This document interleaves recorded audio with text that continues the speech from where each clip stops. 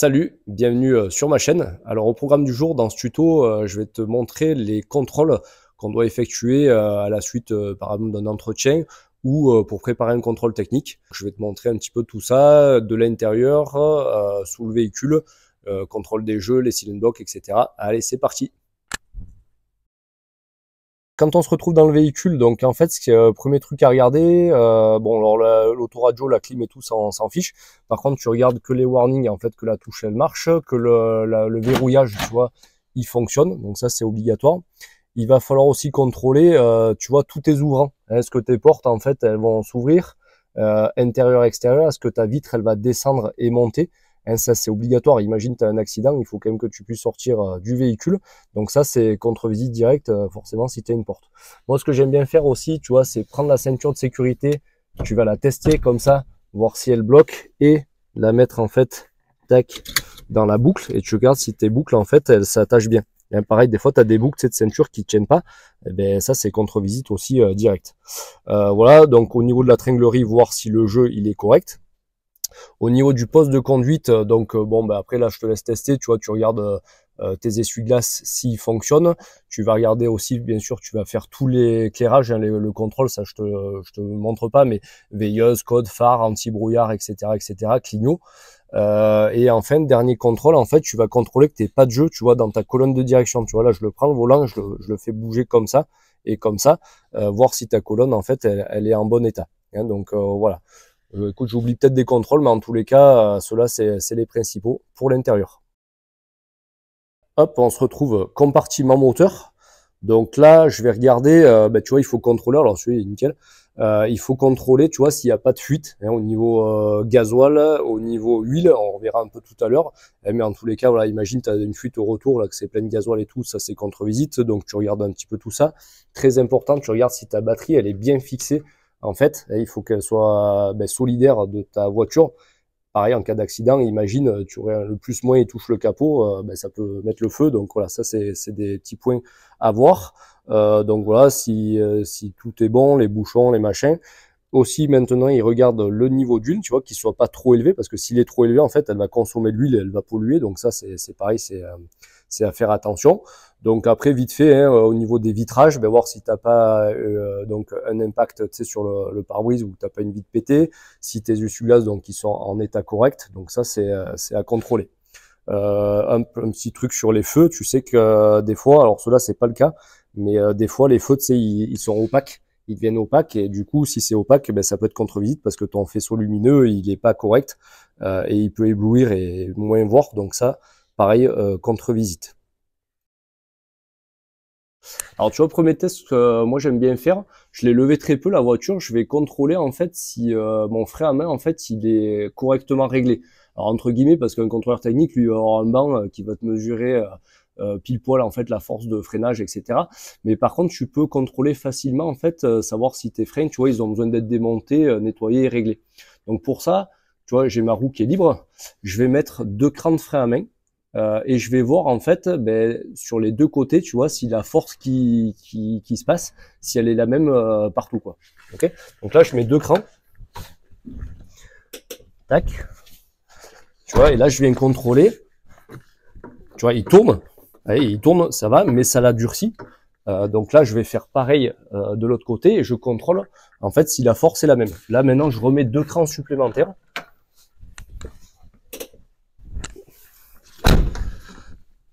Ouais, là je suis bloqué. Là du coup c'est bon. Je vais contrôler à chaque fois. Alors toujours, tu vas faire les deux en même temps. Et si tu fais ça, mais là en tous les cas, alors je sais pas si ça va passer, tu vois, si la force de freinage elle est suffisante et tout, mais en tous les cas ça marche pas trop mal.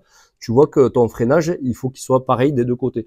Encore une fois, si ça c'est pas bon, il faut que tu démontes ton tambour, tu le règles, etc. Mais ça je te ferai un autre tuto dessus avec. Donc là, on va contrôler pas mal de choses. Premier élément que je vais contrôler, en fait, c'est au niveau de l'amortisseur.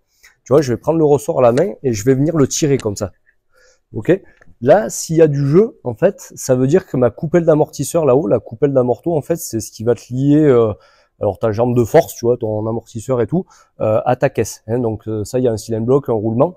Donc tu vois, si ça fait toc-toc, si ça a du jeu, etc., c'est ça qui est cuit, quoi. Donc là, à changer. Pareil, je vais contrôler du coup que l'amortisseur, tu vois, il y a de l'huile dedans, hein, qu'il n'y ait pas de défaut d'étanchéité. Si tu as l'huile partout et tout, ça c'est pareil, c'est une contre-visite. Donc voilà, je contrôle ça à morteau. Donc là, tu vois, en l'occurrence, tout est bon. Je contrôle si mon ressort aussi, ça peut arriver, il soit pas cassé, sectionné. Donc là, ma foi, c'est en bon état. Ensuite, du coup, tant que je suis là, je te recule un petit peu. Je vais contrôler en fait mon jeu. Donc là, j'ai mes mains là, tu vois, je vais contrôler comme ça. Je vais faire tourner, enfin, je vais le mettre en contrainte, tu vois, je vais faire ça et je vais contrôler en fait s'il n'y a pas un jeu au niveau. Donc là, c'est de la direction. Mais là, tu vois, ça tombe bien. Il y a un léger jeu. Donc là, pour que ça soit plus démonstratif, tu vois, donc tu as ton jeu de la direction là. Alors pareil, si là j'ai un petit jeu dans la rotule. Je t'invite, j'ai fait un tuto sur rotule billet de direction là, sur une Clio 2 à voir pour un peu plus d'explications. Mais voilà, quand tu as un jeu, c'est encore une fois droite-gauche, hein, tu as ta rotule de direction, ta biellette de direction et ta crémaillère qui est là-bas. Donc en général, ben, ça vient normalement d'un des trois. Hein. Donc dans le tuto que je t'ai fait, voilà, j'avais la biellette qui était cuite, mais pareil, tu fais biellette et rotule. Hein, pour le prix que ça vaut vaut pas le coup de s'embêter. Ensuite, je vais contrôler, ben, pareil, de haut en bas comme ça.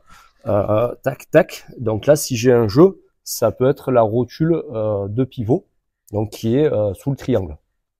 Pour la contrôler, il faut un démonte pneu. Donc là, je vais la mettre comme ça. Et je vais en fait appuyer sur mon démonte pneu, tu vois, pour le mettre en contrainte. Et voir, voilà, si tu as du jeu, ça tient ça. Si tu as du jeu, en fait, ici, là, ça va descendre. Et tu vas le voir tout de suite que ça tient pas. Enfin, donc dernier contrôle, je vais faire tourner ma roue, tu vois. Et je contrôle si mon roulement, ce qu'on dit, il chante, tu vois, un roulement qui chante, ça fait bou, bou, bou, bou, bou, comme ça, là. Je vais contrôler, en fait, si le roulement, il fait pas de bruit, ok? Attention, si tu as beaucoup de jeux si tu as un jeu comme ça et comme ça, en fait, ça peut être ton roulement qui est complètement éclaté et du coup, il a du jeu de partout, mais là, c'est que t'as attendu quand même pas mal de temps, quoi, hein, donc voilà. Je contrôle aussi, tant que je suis là, mes pneumatiques, tu vois, l'usure du pneu. Bon, là, pareil, on reviendra sur les témoins, sur l'usure, sur la date et tout du pneumatique. Je ferai un tuto là-dessus. Et je contrôle, en fait, qu'il n'y ait pas de dernier ou de déchirure, que ma jante elle soit en bon état, que les vis de roue soient présentes, etc., etc.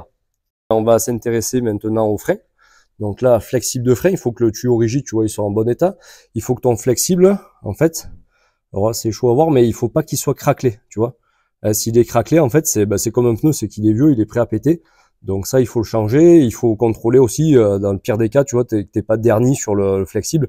Voilà, si t'as une hernie, c'est même pas qu'il faut le changer, c'est que tu ne roules plus du tout, tu le changes tout de suite, quoi. Au niveau des plaquettes de frein, donc tu vois, hop, la garniture est ici. Bon, pareil, je te ferai un tuto, mais là, tu vois, les freins, ils sont bons, quoi. Ils sont bons. Les disques, ils ont pas trop roulé, mais tu vois, il n'y a pas de boursouflure. Donc là, en fait, au niveau du train avant gauche, enfin de ce qu'il y a là, là c'est bon. Tant que je suis là, je vais contrôler les passages de roues, tu vois, tout ce qui est passage de roues. Je vais contrôler aussi mes pare-chocs, que tout soit en place. C'est normal, si tu roules et que tu as le pare-choc qui se barre, ça c'est contre-visite. Et donc ben, pareil, sur les feux, il faut pas qu'ils soient cassés. La plaque d'IMAT, pareil, soit en bon état, etc. Feu, avant, arrière, etc. Tu contrôles un peu tout ça, que tout soit fixé. Que voilà, s'il y a un truc, un élément en tous les cas qui est prêt à s'arracher, ben normal, ça c'est contre-visite, quoi. Hop, donc là je vais contrôler la roue arrière, ben, exactement comme la roue avant. Donc je vais faire tourner, tu vois, pour voir si mon roulement il chante pas. Tu vois, donc juste là on entend les garnitures qui lèchent, et donc là il est bien réglé. Peut-être un peu lâche, tu vois, là elle roule un peu trop, mais c'est bon. Et je vais contrôler juste un jeu, en fait dans le train arrière, je te montrerai. Donc là en fait je vais le mettre en contrainte. Un peu plus fort, tu vois, et je vais contrôler si voilà, s'il n'y a pas de jeu comme ça, ni de haut en bas, tu vois. Et donc là, en fait, c'est plus simple parce que tu verras par-dessous que le train arrière, il est beaucoup plus ben, simple qu'un train avant. Et après, encore une fois, attention, ça s'adapte à ta voiture. C'est sûr, si tu as un train arrière avec des multibras et tout, il faut contrôler la même chose que l'avant, quoi. Donc là, pour cette hauteur-là, c'est fini. Maintenant, je vais monter la voiture et on va finir les contrôles. Donc là, on se retrouve sous le véhicule, tu vois. Ben, je contrôle, ben, pareil, présence de la roue de secours, est-ce qu'elle est bien attachée, est-ce qu'elle est gonflée, etc. Je vais contrôler aussi ma ligne d'échappement. Alors, tu vois, là, elle est rouillée, mais elle est pas cassée. Donc là, en fait, c'est bon. C'est sûr que si c'est prêt à péter, voilà, tu vas avoir une contre-visite. Là, c'est juste des traces de rouille. Ça passe. Je contrôle mes canalisations de, ben là, c'est un diesel. Tu vois, si elle ne pend pas, mes tuyaux rigides de frein. Je vais contrôler aussi ici, ben, tu vois, que mon cylindre de roue, s'il fuit pas. Pareil, hein, s'il y a des flexibles de frein, s'il n'est pas craquelé, si mon câble ABS il est bon, si mon câble de frein à main il est pas pourri aussi, tu vois, donc on va contrôler ça. Donc là pareil, tu vois, c'est un train en fait assez simple. Du coup, tu vois, j'ai testé le jeu là, s'il est pas ici. Et quand j'ai levé tout à l'heure, tu vois, je regardais s'il y a un jeu ici, mais c'est quand même assez rare. Et enfin là, en tous les cas, c'est une réparation qui est quand même assez complexe. Et si tu as dû un problème là-dedans. On s'arrête ici sur déjà l'étanchéité du véhicule. Alors, tu vois là, le moteur, il est gras. Il y a un peu des petites traces de liquide de refroidissement. Donc, à voir après ce que c'est. Mais en tous les cas, en fait, si ton moteur t'es un peu gras, ça, c'est pas contre visite. Ok, il va le signaler. Par contre, ce qui est contre visite, c'est si jamais ça coule. Ce qui est normal, c'est que pendant le contrôle technique, si tu sais, ils mettent toujours les moteurs, ils les laissent tourner. En fait, c'est sûr que là, si ça coule l'huile, forcément, là, t'as une contre-visite. Hein. Donc là, en fait, en l'occurrence, tu vois, là, c'est bon. Je vais contrôler aussi l'état de mes transmissions. Donc là, tu vois mon cardan. Je vais contrôler l'état de mes soufflets. Je vais contrôler l'état des jeux comme ça, haut en bas. Tu vois, voir s'il n'y a pas de jeu. Je vais faire les contrôles en fait avec mon super démon de pneus. Tu vois, donc on a dit tout à l'heure la rotule en fait. Bon, on l'a déjà testé, mais tu vois, je la reteste encore une fois. Donc je mets mon démon de pneus comme ça et je vais tac mettre en contrainte. C'est sûr, si t'as pas de pont, bah tu vas galérer un peu, mais bon, ça se fait quoi. Ça, c'est le triangle. Alors là-dessus, c'est un bras de suspension, mais on va l'appeler le triangle, dans le sens où normalement c'est de forme, comme son nom l'indique, triangulaire, où tu as la rotule de pivot au bout là-bas et deux cylindres blocs en fait qui sont attachés au berceau. Le berceau, c'est cette grosse pièce là qui est reliée à la caisse, pardon. Et du coup, en fait, là, dans les deux cylindres blocs, je vais contrôler, tu vois, si des fois le caoutchouc là, il est craquelé ou des fois même il est cassé. Et du coup, genre si je pousse comme ça, tu vois, s'il est cassé, tu vois le triangle vraiment qui bouge. Ok, donc là, en l'occurrence, il est bon. Ok. Je sais pas si tu vois, ouais, ça va, il est même pas trop craquelé lui, tu vois, ça va, ça passe. Et tu regardes, voilà, les deux cylindres blocs, tu vois, je ferai pareil, tac, je passe mon démon de pneu où je peux, et je vais venir le bouger, tu vois. Alors t'as un peu, ça bouge un peu, c'est normal, puisque c'est l'élasticité du cylindre bloc, ça c'est pareil, on y reviendra, qui joue, mais par contre, il faut pas que tu aies un gros jeu, quoi, parce que sinon, ça veut dire que le cylindre bloc, il est cassé. Tant qu'on est là, ça c'est la barre stabilisatrice. Tu vois, donc tu as les cylindres blocs aussi de barre stable, pareil, je vais venir les mettre en contrainte, voir s'ils sont pas cassés. Ça, c'est ce qui te fait du bruit l'hiver, là, quand ça grince, quand il fait froid, c'est ceux-là qui sont en cause. Alors les biellettes de barre stable, je t'ai pas montré parce que la biellette, en fait, elle est en contrainte du moment que la roue, elle est en l'air. Par contre, en fait, tu peux venir alors tu vois, quand tu es comme ça, imagine la roue, la voiture, elle est posée au sol. Alors c'est pareil, l'idéal, c'est d'avoir un pont 4 colonnes, mais ça, c'est chaud. Et en fait, tu viens prendre ta barre stable, tu vois, et tu viens la monter comme ça. Bah tiens, elle, ça tombe bien. Tu vois, là, du jeu, là. Mais en général, voilà, tu le sens bien, en fait, roue posée, et là, tu viens diagnostiquer tes biellettes. Et quand elles sont pas trop mortes, tu vois, si je le prends, là, j'ai pas de jeu, parce que, en fait, la barre stable, elle est liée à l'amorto, et l'amortisseur, en fait, va la mettre en contrainte, donc tu n'auras jamais trop de jeu comme ça, quoi. Tu vois, c'est plus, donc, encore une fois, roue posée, tu viens contrôler ça. Donc pareil, tant que je suis dans les cylindres blocs, tu vois, il y a ce qu'on appelle le tyran, ou il y en a qui l'appellent l'os de chien aussi, celui-là. Tu vois, je viens contrôler qu'il soit pas craquelé et qu'il soit pas cassé, que mon moteur, en fait, il bouge pas. Tu vois, là, j'ai un jeu, mais mon cylindre bloc qui marche, et il tient. Il y en a, ils sont pétés ici, et du coup, tu as vraiment un gros jeu, un gros balourd, en fait, sur le truc. Voilà, tant que je suis là, je regarde l'état du radiateur. Bon, il est pas jojo, mais ma foi, il est pas fissuré. Je regarde l'état de mes durites, qu'il n'y ait pas de fils qui pendent, etc. Donc, ma foi, tout va bien.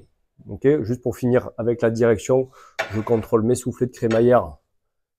Je ne sais pas si tu vois, ouais, qu'ils soient pas percés. Donc là, on est tout bon.